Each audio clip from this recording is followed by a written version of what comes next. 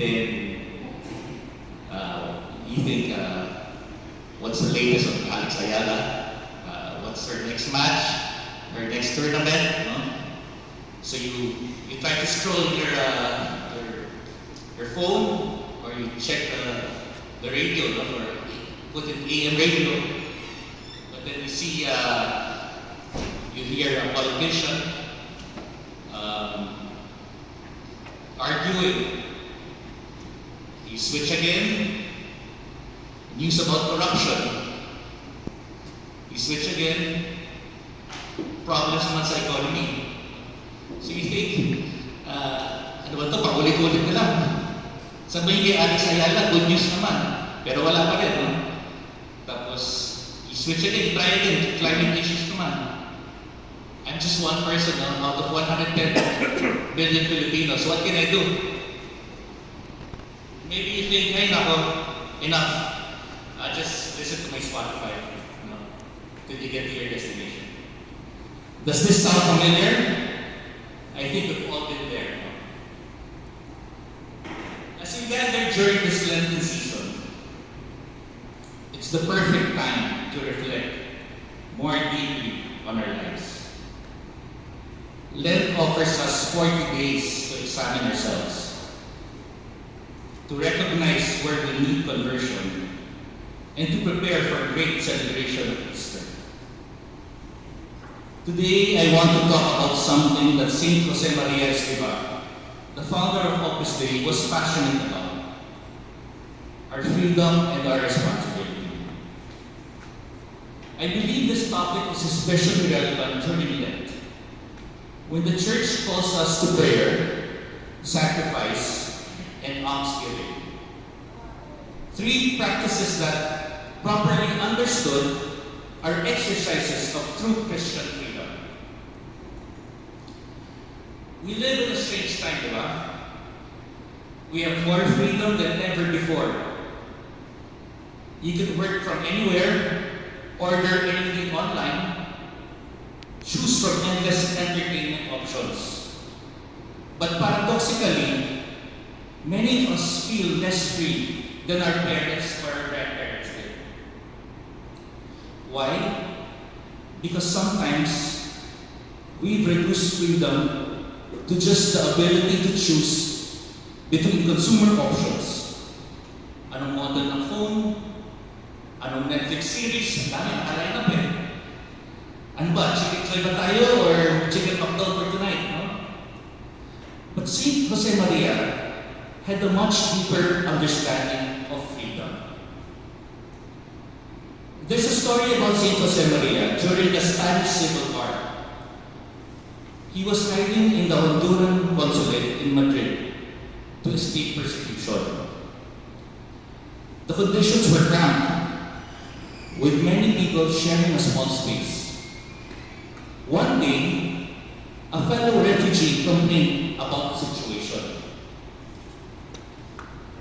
Saint Josemaria replied with something profound. He said, "Even here, we remain free. They can take away our movement, our comforts, even threaten us with our lives, but they cannot take away our freedom to choose how we respond to this situation. We can choose joy, charity, and prayer even here." You see, Saint Josemaria, true freedom wasn't just about external choices. It was about interior freedom. The freedom of the children of God. He would often say, "I want you to be rebels, free and unfettered, because I want you, it is Christ who wants us to be children of God."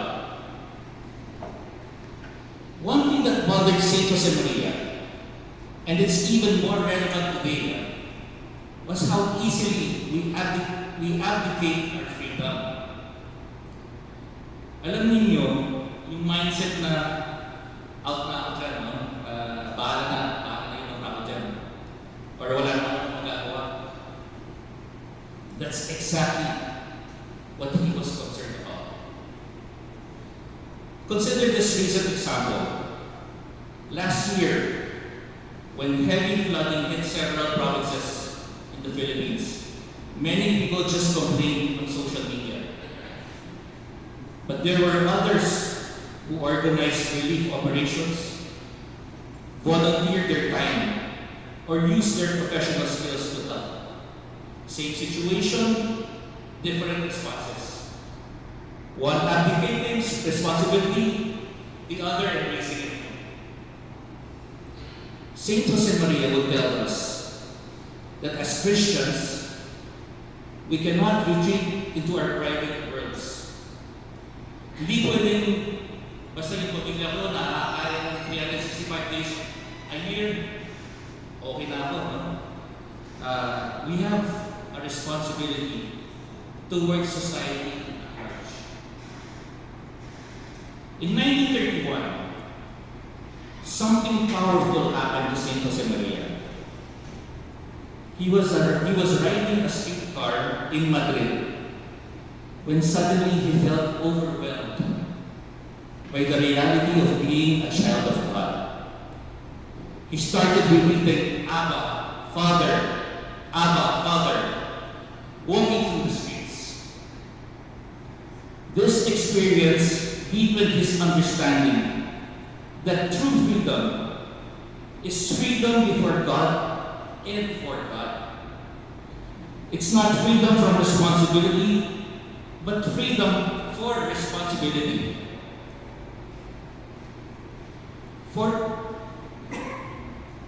For him, our divine filiation, being children of God, is the foundation of our freedom.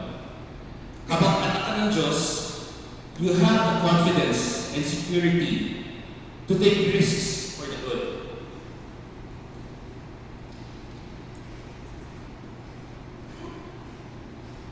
So the question is, how does this apply to us professional men in 2025? First, in our families. Many of us are fathers. Saint Josemaria emphasized that parents are instruments of the loving care of our Father God. When you comfort your children, when you guide them with patience, you're showing them what God's love is like. Madami sa atin ang nagsastruggle to balance work and family time. Correct? Saint Josemaria will tell you that this balance is part of your path to holiness. It's not about being perfect, but about loving authentically in the ordinary moments. Second, in our professional work, Saint Josemaria believed that work is a means of sanctification, but it's also our primary way of transforming society. Imagine a doctor who treats patients with extraordinary respect because he sees Christ in them, or an engineer who ensures the highest ethical standards in construction because he knows lives depends on his work, or a business owner who creates a company culture of dignity and fair wages. These aren't just nice ideas. They're ways of exercising our freedom and responsibility. Saint Josemaria warned against what he called clericalism, or a kind of fundamentalism that tries to impose one Catholic solution to temporal problems. He strongly believed that there are no dogmas in temporal affairs. This doesn't mean our faith doesn't inform our work and social involvement. It means reasonable Catholics can disagree about the best policies for addressing poverty, or healthcare, or education, or economic development. For example, two faithful faithful Catholics might disagree about whether government programs or private charities are more effective in addressing homelessness. Both care about the issue, they just have different approaches. The pluralism, St. Josemaria said, is healthy and respects human dignity. It recognizes that complex problems often require diverse perspectives. The deepest example of freedom we have is Jesus Christ himself. When I think about freedom, I often reflect on Christ in Gethsemane, sweating blood, yet freely accepting the Father's will.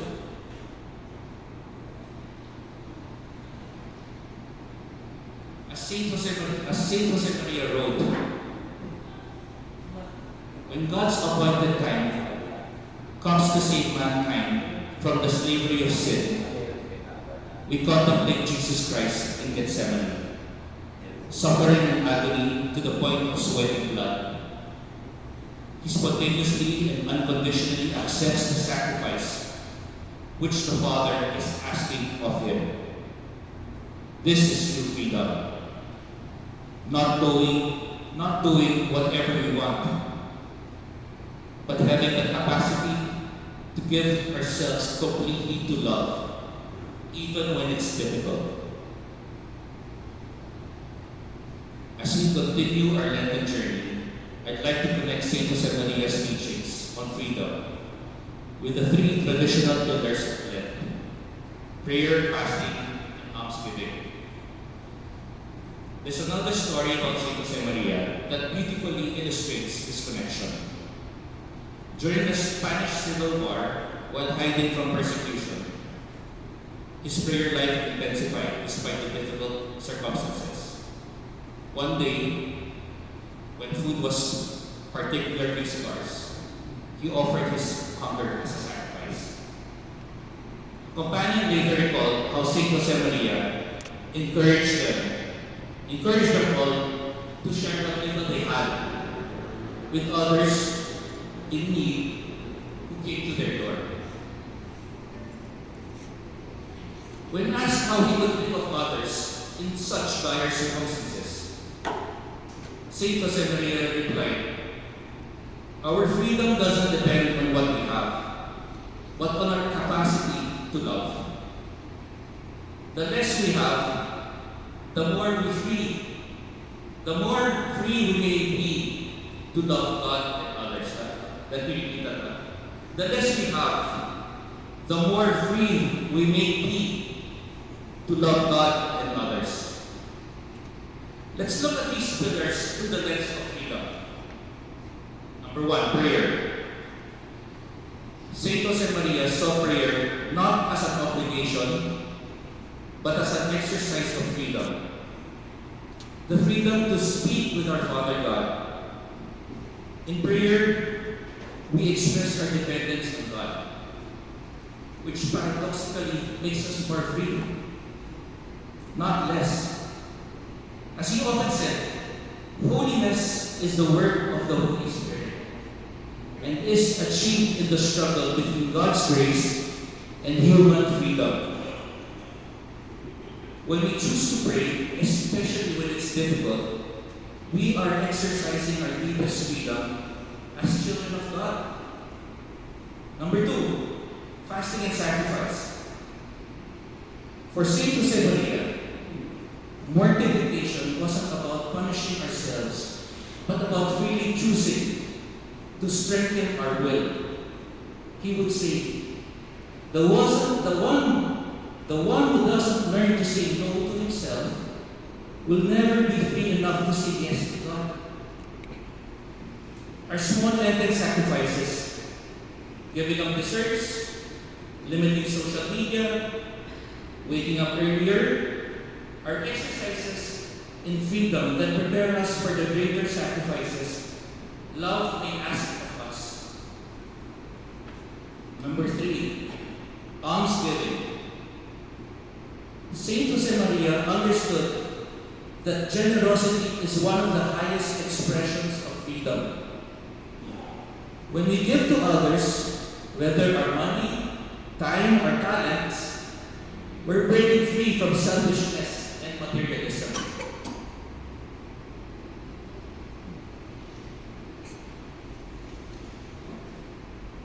He once said, "Don't forget that charity consists not so much in giving as in understanding." During Lent, we can exercise our freedom by looking beyond our comfort zones to see the needs of others. So what am I asking you to do? Number one, examine where you might be abdicating your freedom. Are there areas where you've given up your responsibility to shape society? Maybe it's at work, in your community, or even in your own family. Number two, make one concrete commitment. Concrete commitment to exercise your freedom and responsibility through the Lenten practices. It could be dedicated prayer time for your colleagues, sacrificing comfort to serve others, or using your professional skills to help those in need. Number three, strengthen your awareness of being God's child. As Pope Francis said, when you feel the temptation to dwell on your own weakness, raise your eyes to Christ, crucified, and say, "Lord, I am a poor sinner, but you can work the miracle of making me a little better." Let me end with a reflection for this Lenten season. During Lent, we often focus on what we're giving up. But St. Josemaria would remind us that true freedom isn't about restriction, it's about liberation. Each sacrifice we make is meant to free us from attachments that hold us back from loving God and others more fully. Remember Ridley Diaz, our Olympic gold medalist? In interviews, she often speaks about how her faith gives her the freedom and strength to push beyond her limits. Her rigorous training, giving up comfort, convenience, and normal pleasures, wasn't primarily deprivation, but preparation for something greater. Before her winning lift, she was seen wearing a miraculous medal and saying a prayer. When asked about this, she simply said, "Hindi ko kaya ito, pero alam ko na kaya ito ng Diyos." That's the freedom and trust of being God's child. Not an absence of struggle, but the confidence to face any challenge, knowing we're not alone. So brothers, let's leave this recollection with a renewed commitment to use our freedom responsibly in our families, our work, and our society. As St. Josemaria reminds us, we sons of God, who are citizens with the same standing as any others, have to take part fearlessly in all honest human activities and organizations, so that Christ may be present in them.